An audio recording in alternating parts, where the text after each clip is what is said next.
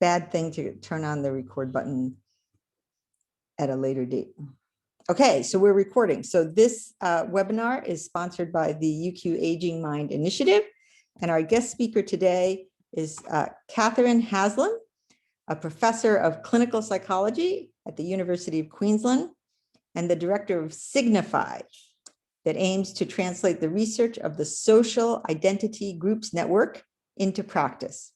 She's a clinical academic whose work focuses on the social and cognitive impacts of identity-changing life transitions that are associated with, for example, trauma, illness and recovery, retirement, and aging, and also interventions that can be used to manage these. In particular, her research on social connectedness, health, and well-being has contributed to a body of work on the social cure that has informed a suite of identity-building social group interventions to tackle loneliness. And the topic of Kat's talk today is unlocking the social cure, the power of group connections for health. And so without further ado, I will turn off my microphone and the cockatoo that has chosen to alight outside my window. And I give you Kath. Okay, thanks very much, Nancy, for the introduction. If you guys just bear with me for a moment, I'm just going to share my screen.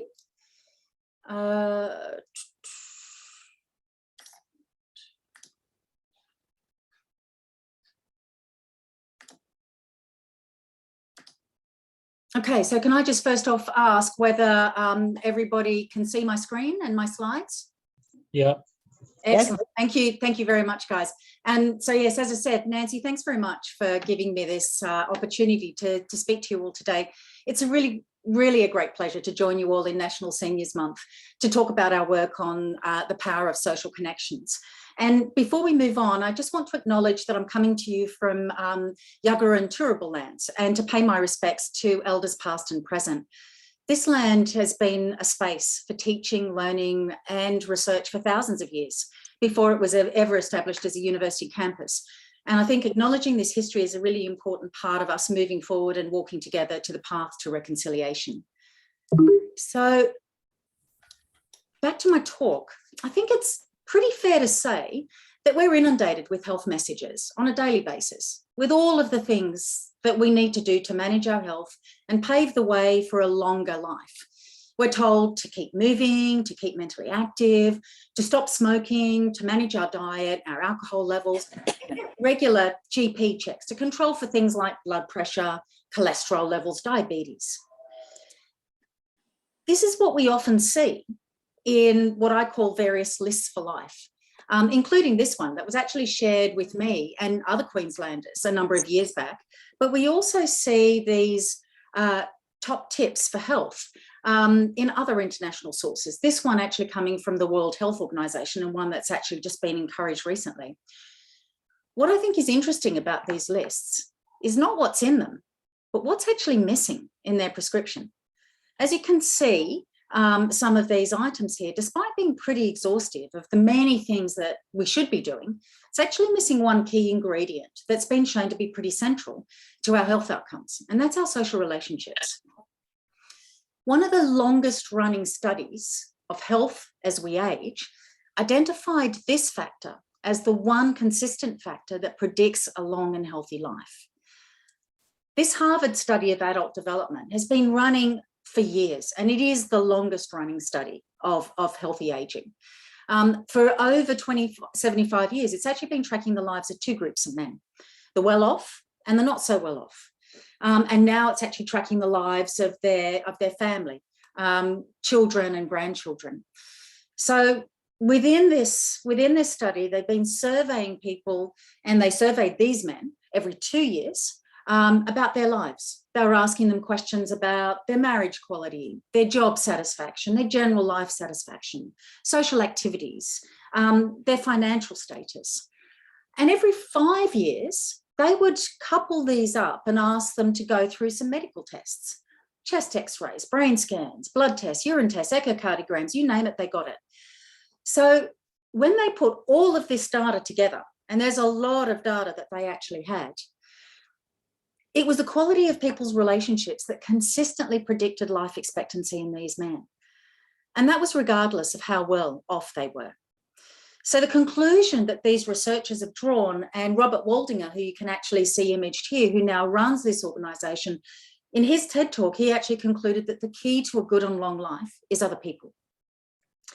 Now, just in case you think there might be something unusual or even weird about these groups of men, the same general conclusion has been reached by many other independent researchers in independent studies.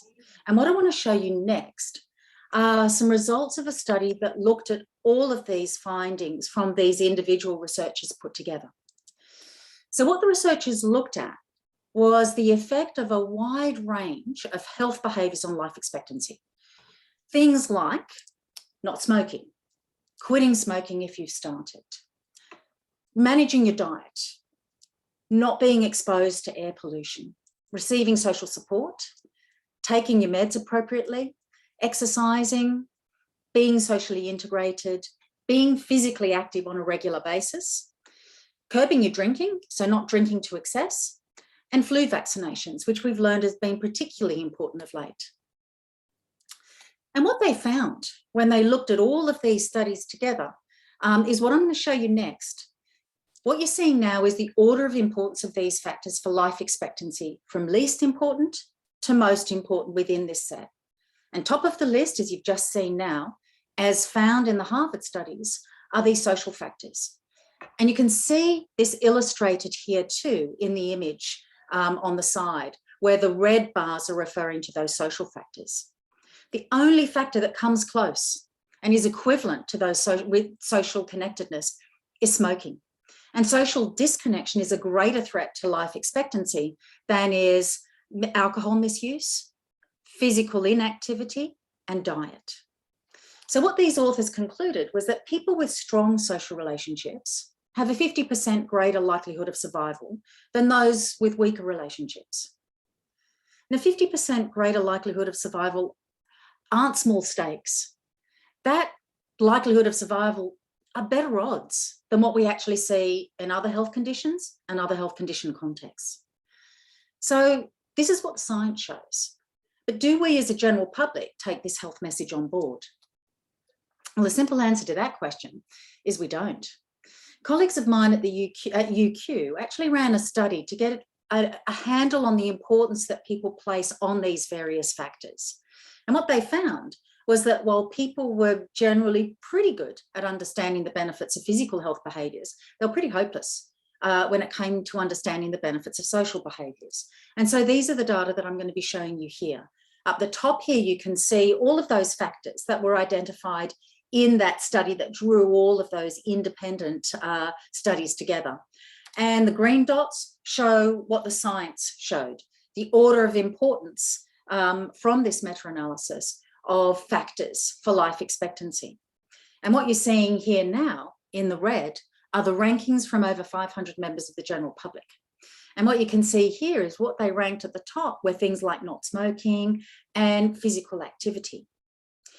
Now, what we can do with these red and green dots is actually to compare them using correlation. So we can compare the general public rankings to the science rankings and use correlation to do that.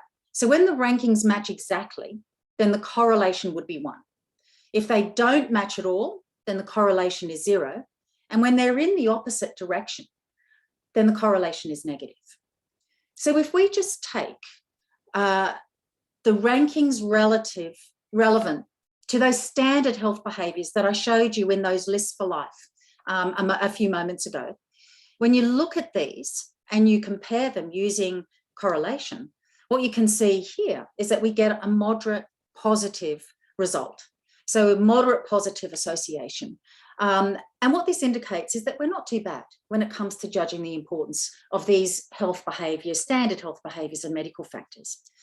But we're actually pretty hopeless when it comes to judging the importance of social factors, which the general public actually ranked right down the very bottom. And when we include these in the data, you see that the correlation here is negative and it's low. So what these data are telling us is that we largely underestimate and ignore the value of social factors. And there's a pretty big mismatch here about what we think is good for our health and what is actually good for our health. So social relationships are good for us, particularly when they're a positive source of influence in our lives. But our relationships are pretty varied. They're made up of relationships that we have with significant other individuals in our lives, a spouse, another family member, a best friend or confidant. But we also have relationships with groups of other people in our lives, our family and friendship groups, our work and professional groups, our interest and community groups. Now, this raises an interesting question for us. Are some relationships especially beneficial when it comes to influencing health? Now, this is the question that I and my colleagues have actually been looking at over a number of years. And what I want to give you next is a little bit of a snapshot of some of that data. And I'm going to be focusing here on some population-based studies that we've conducted. The first of these looked at the effects that changes in our social relationships. These are the social group relationships. These are the family and friendship groups, the voluntary groups, our interest groups, and so on. The effect that these had on mortality and mortality risk in the first few years of retirement. So in retirement, we tend to focus on our financial status for good and obvious reasons. What we tend to neglect, though, are our social relationships, which also change pretty markedly at this point in our lives. And for many, this signals a point where they may lose relationships that they value, work relationships, community-based relationships if people move at that point in their lives. So this study looked at this issue and the effect that loss of social groups had on people's life expectancy 6 years into retirement. And what the data showed was that people who lost just 2 groups in that period of time, well, they had an increased risk of mortality, early death, of 12%. But if that loss was reduced and turned into gain, you can see that you're largely eliminating this increased risk.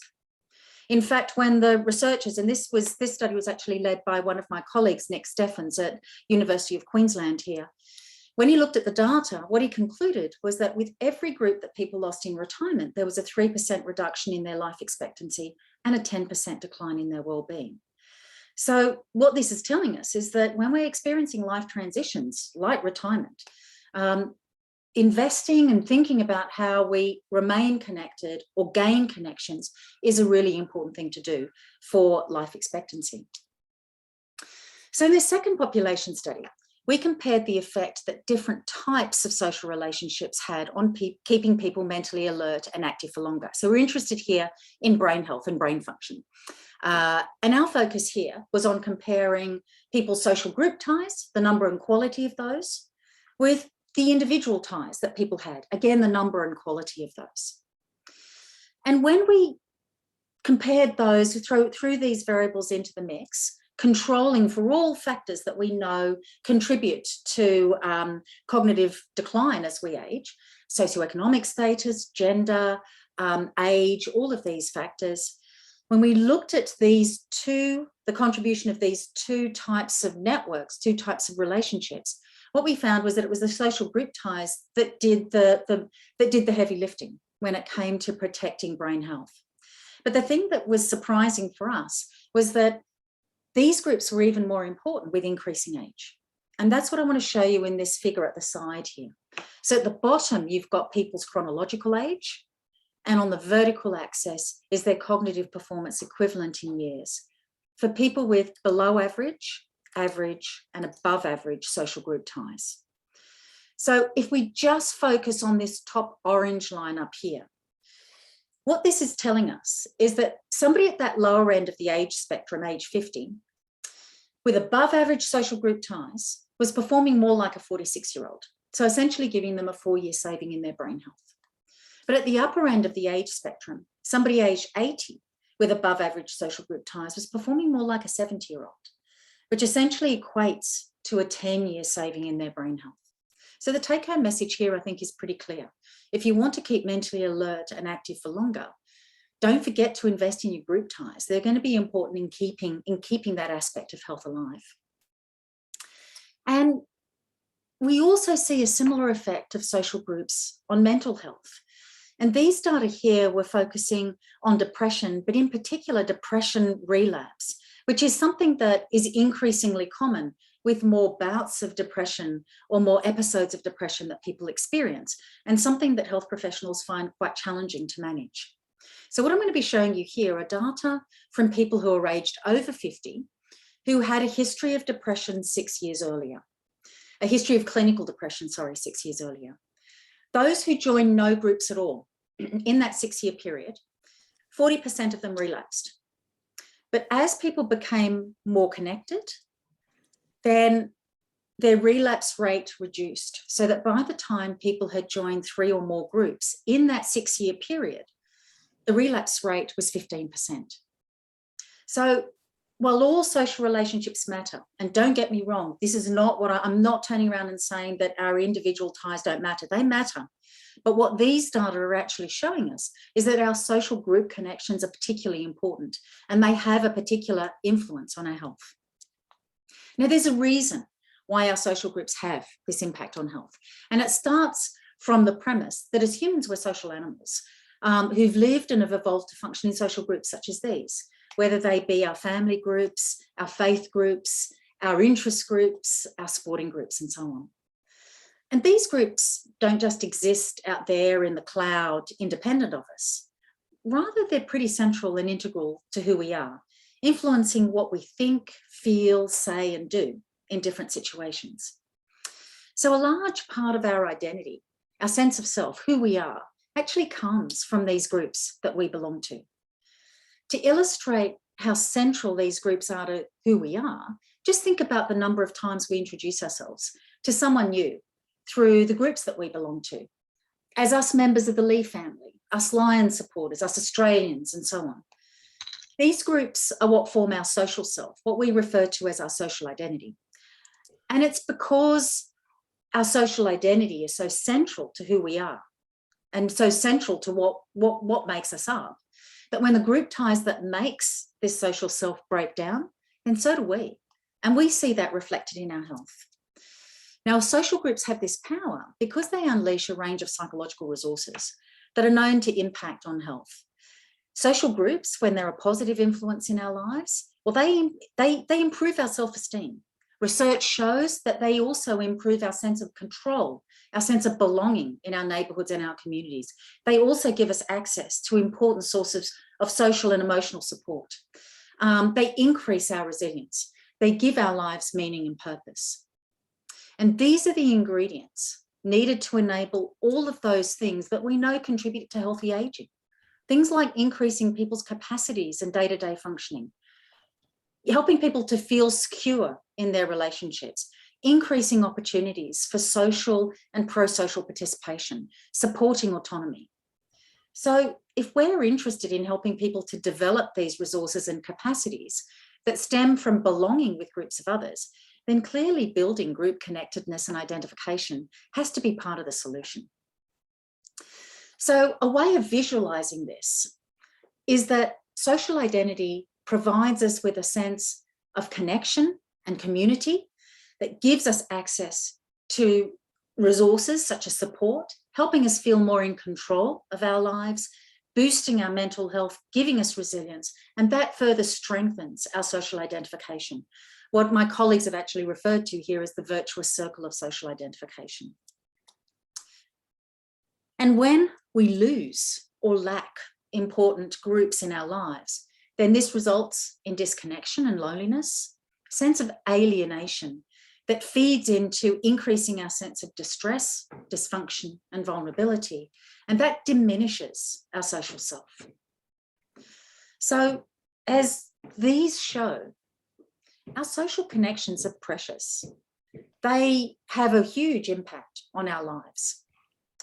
But it's also the case that our social connections can be threatened in a range of different circumstances. And they're particularly threatened when we experience a range of different life changes, like retirement that I showed you earlier on. But we also see our social connections being threatened in other periods of life change, positive life changes, having children, starting university study, but also some that are associated with negative life changes, experiencing homelessness, losing work, losing employment, losing, suffering illness and trauma. So in all of these life-changing circumstances, what the evidence tells us is that our social connections can become very threatened under those circumstances.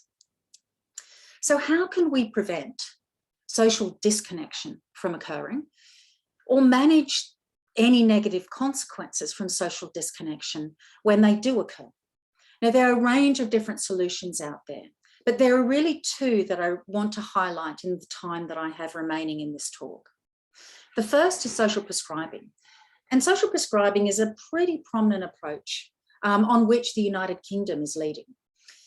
This is an approach that employs community navigators or link workers to provide tangible hands-on support to connect people to various groups in their local communities, because local communities are where people can actually are more likely to be able to access those groups. So in the United Kingdom, the social prescribing model is one where link workers are actually based in doctor surgeries, in GP practices. And the GP provides a social prescription that connects a person to a link worker who knows about all of the activities that are in a person's community that a person can join. And there are a range of different activities that this can involve.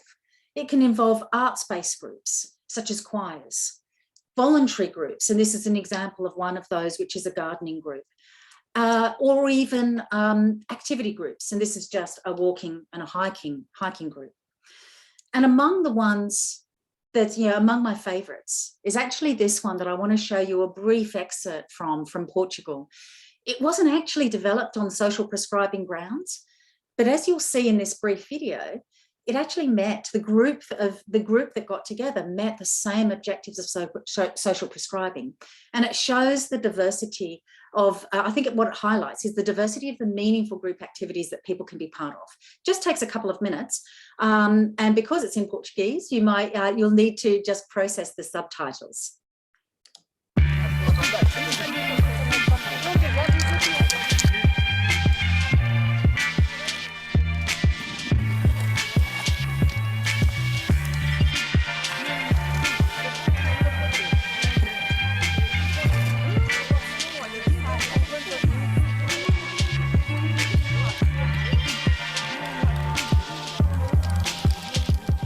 Simples Jovem, gostei muito, é uma participação muito agradável, é uma maneira da gente conhecer como é que se faz os grafites, para quem gosta como eu, e adorei.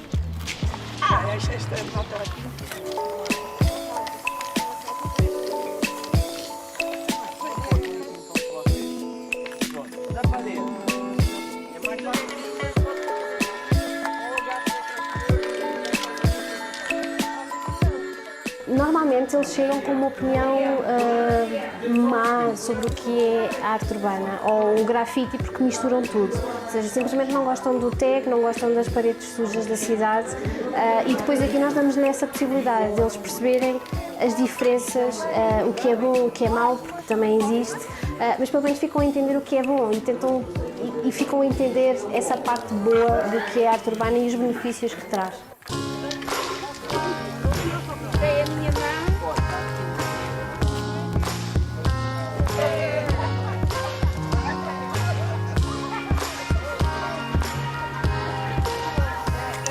Gostava de ver as paredes, gostava de ver as pessoas a fazerem as coisas, mas para eu fazer, não, nunca pensei em fazer nada nestas coisas. Posso fazer tudo que me der na gana.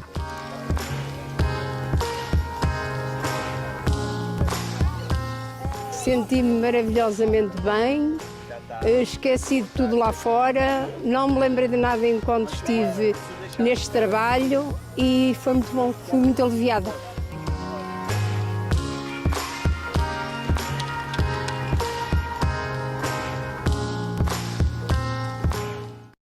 So while identifying as a graffiti granny may not be the thing for you, it certainly was for these women in Portugal. And there are many different meaningful group activities that can be undertaken in people's local area, such as these, like arts-based groups, such as this, which is why this approach has such great potential and appeal. So does social prescribing work? the evidence on this approach is growing. So it is in its infancy, but it is actually growing. And some of the early data is actually telling us that social prescribing activities are improving mental health and well-being. They're reducing social isolation and loneliness. It's also one study has actually highlighted that it's reducing the need for GP visits. It has been found to improve people's lifestyle and their sociability. And it also has helped people to develop skills in areas of the new interests that they're developing. And it's these data that have led to a greater interest from Australian GPs to formally introduce a similar approach in Australia. And while we already have a lot of social prescribing related activities already in our local communities, supported by the voluntary sector, the charity and NGO sectors, we don't have the formal link workers in place who provide that hands-on linkage support. And work led by a colleague of ours at University of Queensland, Genevieve Dingle, is hopefully going to be providing the data that we need on the value of link workers in helping people to connect with those local activities in the community in the longer term. So we'll need to watch that space.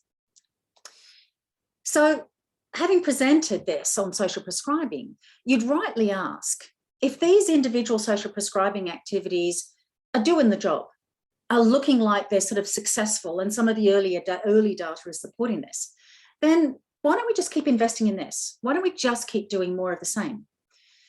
The answer to this question is that while these individual group activities are part of the solution, simply offering any group activity is unlikely to be a recipe for success in the longer term. And there are a couple of reasons for this. What we know from decades of research that we've documented in this volume is that groups need to matter to people. They need to give people's lives meaning, purpose, and value to bring about health gain. And if they don't matter to you in this way, they're not going to shift the way you think, the way you feel, or the way you behave. And it's also the case that the groups that have the capacity to do that now in our lives may have less of a capacity to achieve that same outcome years down the track. So what we know is that the groups in our lives need to change in order for them to remain and have that health enhancing power. We also know from research that joining just a single group can be really important. And it's a really important stepping stone for people who have been experiencing social isolation and disconnection for some time. But the evidence is also telling us that it's belonging to more than one group. It's belonging to multiple groups that brings more sustainable, longer term health gain. And I think that we'd all agree that ultimately we want to put the power in people's own hands. We don't want people to always find themselves in a position to have to go to a community navigator or a health professional. We want to empower people to give them the confidence to manage their own social group worlds. So simply telling somebody to go out there and join a group or two doesn't always work. And it's even harder for people who have felt disconnected for some time. So we need to support people to work towards this goal. And to address this, we need something in addition to those individual group activities, something that can work in tandem with them to help people to make the most of them. And this is where a new program that we've developed, Groups for Health, can help. So Groups for Health is a new 5-session intervention that we've developed at the University of Queensland. What it does is targets the building and maintenance of people's social group connections in ways that enhance and support their health. So it helps people to understand what groups are and why they're important for health, but also to help people identify which groups are health enhancing and which groups might undermine their health. We also help people to map out their social group world, to develop a visual illustration of what their social group network looks like. And what you see up here are just 2 examples, a paper and pencil version of a map that was developed with post-it notes and an online version of a map. And so essentially what you see here are the groups that are part of people's lives in a post-it note or a square. The larger the square, the more important the group. We ask people to rate those groups to indicate how well they relate to each of those groups. But this map also gives people an idea as to how the groups relate to each other. And that's shown in these compatibility lines here, a straight and a green line here means that the groups kind of get on with one another. They're pretty compatible. But also we've got jagged lines in here indicating that there's tension, sorry, jagged and red lines here indicating that there's tension between these groups. And that's really important to understand because that's a source of burden and challenge for people. So having developed these maps, it's really important for people to then start reflecting on what's working well and less well. And we use that as a basis for the continued work that we do in the program. With these maps, we work with people to help them make the most of their existing groups and particularly make more of those that are health enhancing, and to extend their group ties, to join new groups if needed in ways that support their health. And we help people to develop and trial plans to do all of this in ways that ensure that their health enhancing groups last, that they endure. So in this case, we actually know that the program does work. We've run 3 phases of clinical trial, and these trials have actually shown us that Groups for Health reduces loneliness and social isolation, and it improves mental health and well-being. It's particularly important in terms of reducing depression and social anxiety. Social anxiety is something that we see quite frequently in people who are experiencing social disconnection and loneliness. We also know that these effects are lasting, that these effects have been maintained 6 and 12 months down the track. And in our most recent trial, we've also shown that Groups for Health was better than the gold standard treatment of cognitive behaviour therapy in staving off loneliness in the longer term. In fact, what we found was that Groups for Health was significantly better than cognitive behaviour therapy in protecting people from relapsing back into loneliness during the first wave of the COVID-19 lockdowns that we experienced last year, when social connectedness was really threatened for that first time. So Groups for Health really help people when they needed it most. So as these data from Groups for Health and social prescribing show, we have the tools to prevent social disconnection, but we also have the tools to manage the effects of social disconnection when people do experience it. We just need to invest in them sufficiently to ensure that people have access to them and that they can access and benefit from them. So to conclude, my focus here has actually been on understanding the role that, or talking about the role that our social group connections have in protecting health as we age and in supporting healthy aging. But our social groups and identities have an impact across a range of health conditions and contexts. They're integral to understanding the effects of social disadvantage, the effects of trauma, addiction, eating disorders, pain, chronic conditions, and so on. All of which we've described here in this volume, The New Psychology of Health: Unlocking the Social Cure. So the simple message from this is that when we ignore our social group connections, we do so at the cost of our health. So a few takeaway points from my talk. First and fundamentally, we need to recognise that our groups matter for health.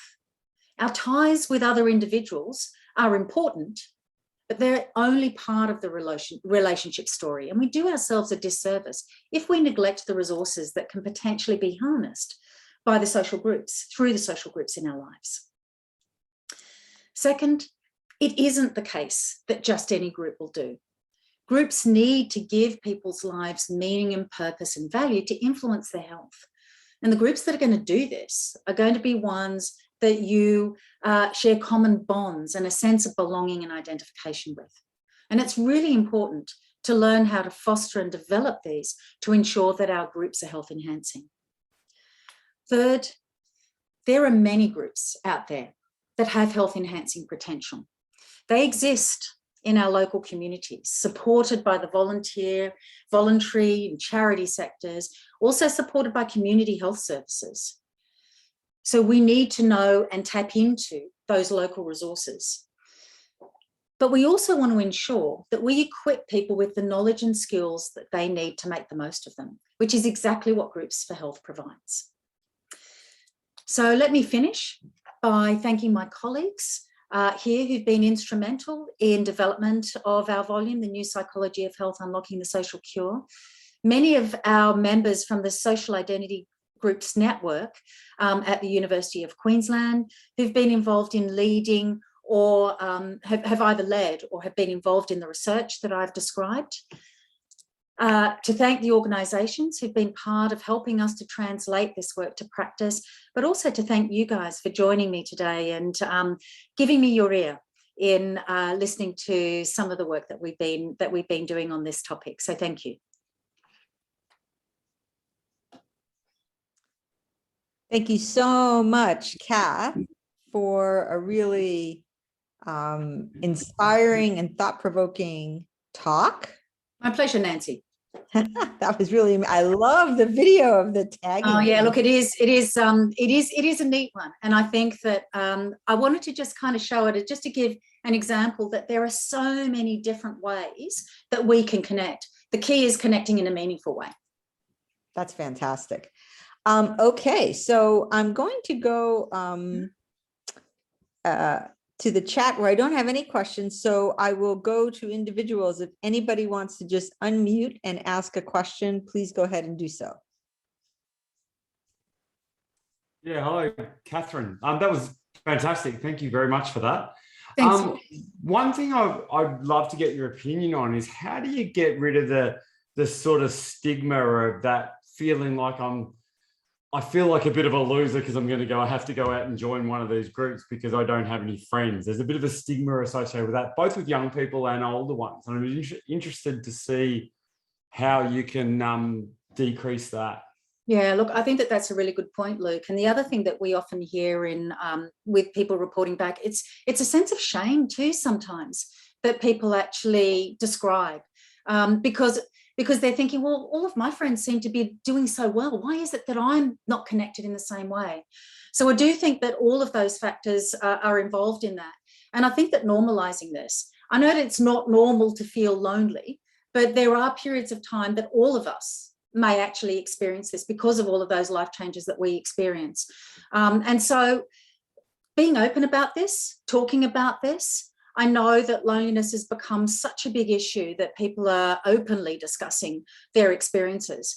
And part of our program and also various other activities in the community is about social connection and the value of social connection. So we're trying to avoid this whole point of this is for everybody. Everybody needs these kinds of connections. And there's going to be some points in our lives when we're going to have to learn how to make the most of them.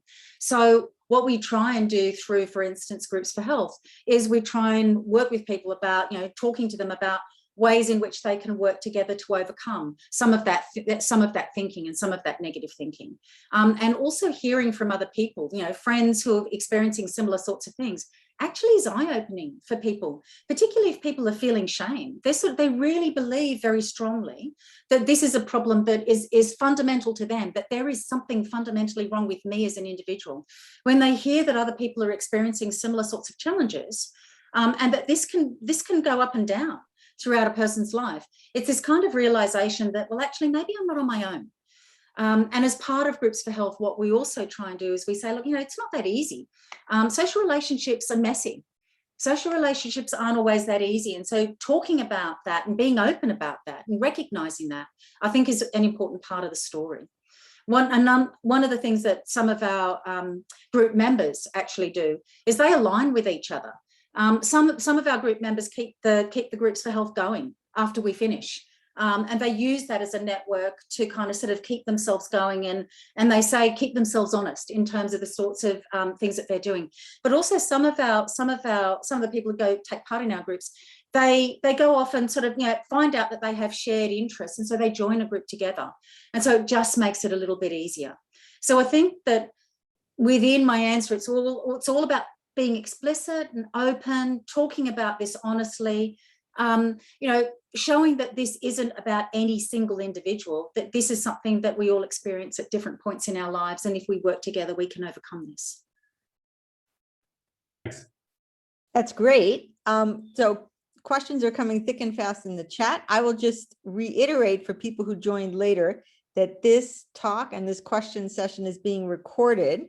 The recording will be made available on the Aging Mind Initiative website, and I will send out an email to people letting them know when that happens. If people would like a certificate that they attended today, you can send me an email. Just look me up, Nancy Pahana, easy to find, and I can send you a certificate. Now, a couple of questions. So do groups associated with work count? Yes, absolutely. All groups count. All groups count. And that's what the retirement data actually showed us. We only recently started working in that sort of work transition and exiting work transition, and even losing those work groups that people actually valued was part of that sort of negative consequences that you actually experience. And as part of that, we developed an adaptation of groups for health for retirement to get people to start thinking about. It's a lighter touch program, because it's really just talking about things that some people already know, but it's really sort of, getting at this whole notion that, all groups matter. And in that retirement transition, hanging on to some continuity with groups, but also making sure that you gain groups when you lose some, can be important as a health influencer. So yes, work groups definitely matter. Okay. Then we have another question coming from an Asian community. How should I look at these findings and implications from the research to apply it to my community? I guess that we could broaden that out to different cultural groups. Yeah, look, we haven't, it's a good question. And we haven't actually focused on called groups specifically or particular cultural groups specifically, but it's certainly something that we do want to explore moving forward, because there can be different issues and different ways of working and working within the program in different ways that might actually produce better or different results. So we do want to get into this space in order to build that evidence base beyond. We have had people from different cultural groups. We have had people from very diverse backgrounds taking part in our groups, but they haven't been specific to a particular cultural group. So watch this space, because we do absolutely want to get into that area. Nancy, there was somebody also, Mike had put up his hand in the... Oh, yes, sorry. I wondered, Mike, whether you wanted to ask a question. Sorry, Yeah, I saw your hand up before. Yes. Thanks, Catherine. Thanks very much. I've enjoyed the presentation. I was actually typing some questions. A traditional indicator of depression is a lack of mobility and not getting out of the home. Given, particularly for a Victorian, that a lot of physical social activity has been constrained, is there any evidence on the efficacy of virtual social groups versus physical? Yeah. I mean, I think that evidence is actually growing. Before the pandemic, I thought that evidence, in my view of that evidence, was that it was actually pretty mixed. That sometimes the in-person was actually producing better results. But what the pandemic did and other circumstances, we've also worked with older adults who are living in residential care, and we're trying to use technology and social media and training people up to actually connect in a different way, because they weren't able to get out and their family and friends were finding it difficult to go in. So I do think that technology has a role to play in this space. There's a really interesting study that's just come out this year from some sociologists that were looking at people aged over 65 from the US. They were looking at this in population studies in the US and also the UK. And what they were looking at is they were looking at just that question, Mike, that in-person versus comparing in-person and virtual connection in the context of people's COVID experiences. And what they actually found was that the people who had the best, this is across both populations, the people who had the best well-being, reported the least depression symptoms and the least loneliness, were people who had a good combination of both, a balance of in-person and using technology. And the people who had the worst outcomes were the people who were just using technology. The other interesting thing that I found in that data, because they looked at all of the different combinations, and if it was just about in-person connection, then when you have just more in-person connection, you would think that that would trump everything. And that's what wasn't found. They found that technology was doing something. So the combination was actually better than in-person alone. So I think that there's some really interesting data coming out speaking to this point. But the main message that I would say about it is that balance, trying to make sure that you actually have a balance of both. That's great. Okay, I have another question from the chat. The government has been really pushing this kind of lifestyle behavioral changes and maybe at the expense of saying anything about social connection. Do you think they need to do more? And specifically, what sorts of public health messages would you be advocating? Look, I'd be advocating in investing in community and building in community resources, because that's where loneliness is experienced and lived out. You know, often people will come, you know, often people do come to, you know, health professional services and care, but all of that support really needs to be provided in that community. So I would build those resources. I would be supporting all of the charity and voluntary sectors that are doing this in their own time and in their own money and with supports from the public. I think that we need to give them a little bit more support in order to ensure that people are protected and held in the community before it actually gets to a stage of needing, you know, more health professional support. And I think the other thing to kind of mention in this is that some people here may be well aware of the Queensland inquiry. So there's been, you know, there's been an inquiry here in Queensland that's been really investigating, it's a loneliness inquiry, investigating where are the issues emerging, what is it that we should actually be doing at the community level, at the hospital levels. And you are going to be seeing, we're going to be seeing that report coming out shortly. There's two groups of us who contributed to that inquiry here from our psychology department at UQ. There's been a whole horde and host of national and international, state and external to our state, people contributing to this. So it'd be a really interesting report to get at early December. So let's make sure that we share that on the Aging Mind initiative, because I think that there'll be some good initiatives in there coming out too. Absolutely. I will chase that up and we will get that prominently displayed. I have a question about, and you would definitely have a lot to say on this, is there data on dementia, living with dementia and social interaction? Yeah, and so, I mean, I was talking about healthy adults when I presented some of that data, but we've actually run social prescribing type activities in residential care, where we'd worked with people who are in dementia care, as well as people who are in standard care. And what we found was that the effects were strong in both populations, and that the effects were probably a little weaker in people who were suffering from progressive decline, but they were still significant and there for people who had actually had investment in their social connectedness and belonging. So what we know from our data and from that particular study was that social connectedness actually raised people's levels of alertness and attention. I'm not saying that it was making the most of the abilities that people actually had. And I think that that was what was actually contributing to these benefits. And the other benefits that actually emerged from those studies that we ran, these were studies that we ran in the UK. And in residential care in the UK, you actually have to pay for GP visits when you recruit those. What the care facilities that we were working with found was that there was less need for as many GP visits for individuals, but also across the board, when we worked on those social connections and tried to help people build those.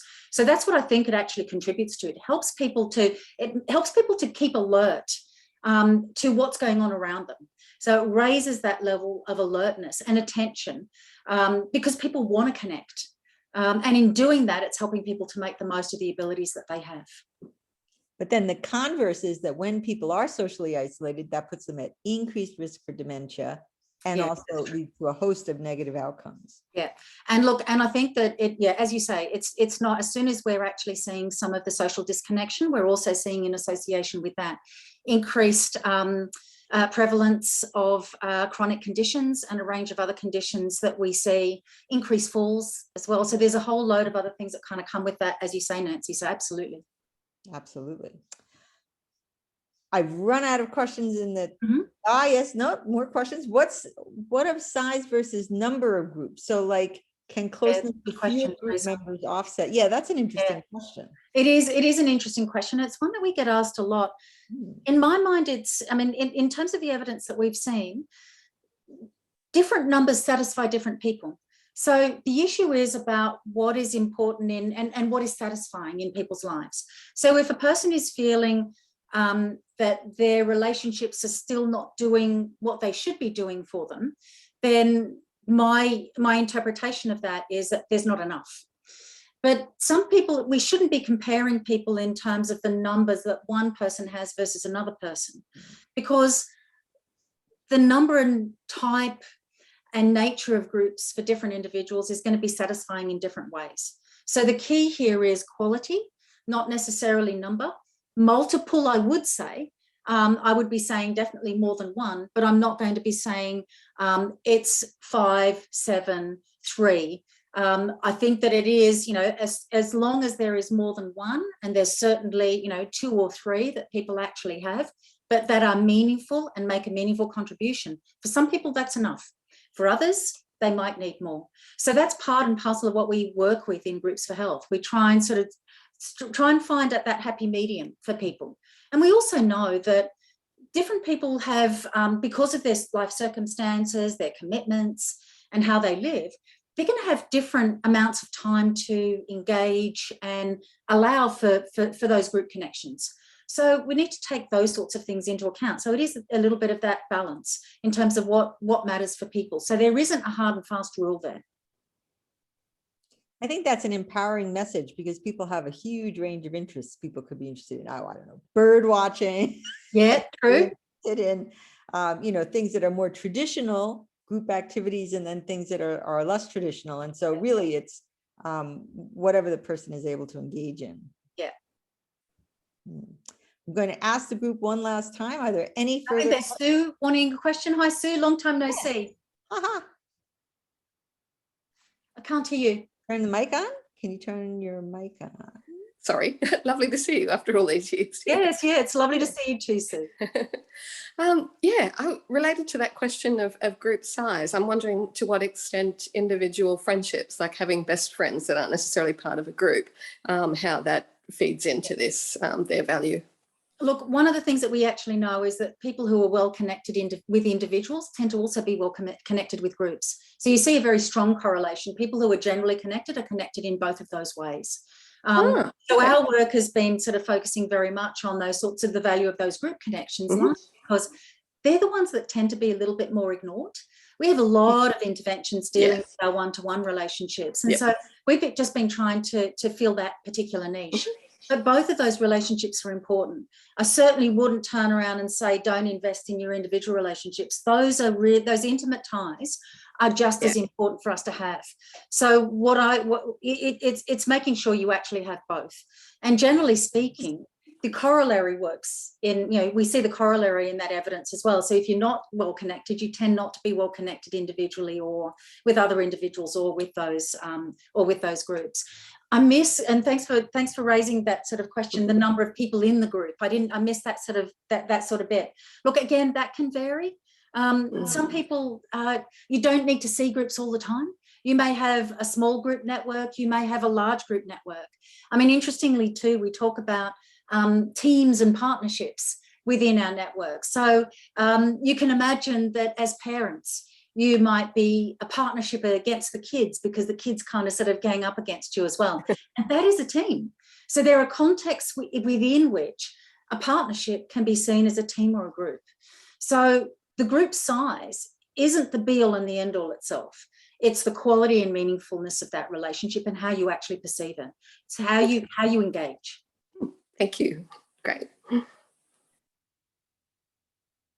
But then are introverts at a disadvantage? Good question too, Nancy, because we've been looking at these personality questions and personality issues, because that's the question that people say, well, isn't it just the case that this is a personality variable? When we've looked at that data, that's not the biggest predictor. What we find is that people who might be introverted, they tend to find other sorts of groups.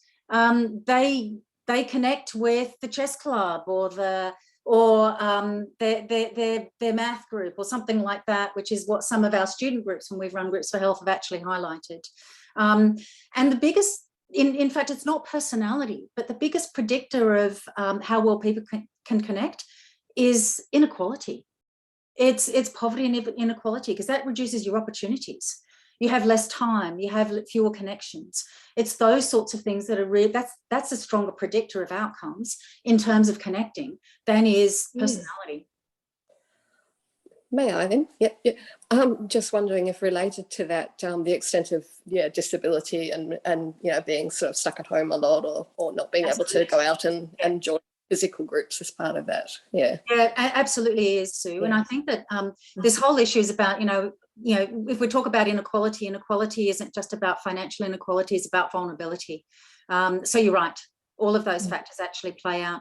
One of the things that when we were putting in our submission to the Queensland Loneliness Inquiry, we were actually looking at disadvantage and whether people with disadvantage were experiencing greater loneliness, and we were seeing that it was 10% higher than in the general population.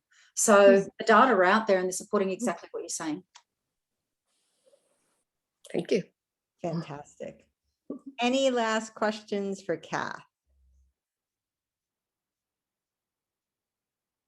Okay, if not, I want to just thank you so much, Kath. The breadth of ideas that have been covered and the issues that are so relevant to this time and place, especially with COVID continuing. I think it's been really inspiring for people. People will have a lot to take back to their own networks. And as I mentioned, this talk is being recorded. It will be put up on the Aging Mind Initiative website. I will let people know when that is up. And really want to thank people for their contributions today. Thank you so much. Thank you, everybody. Thanks for coming and listening. Take care. Bye-bye. Bye.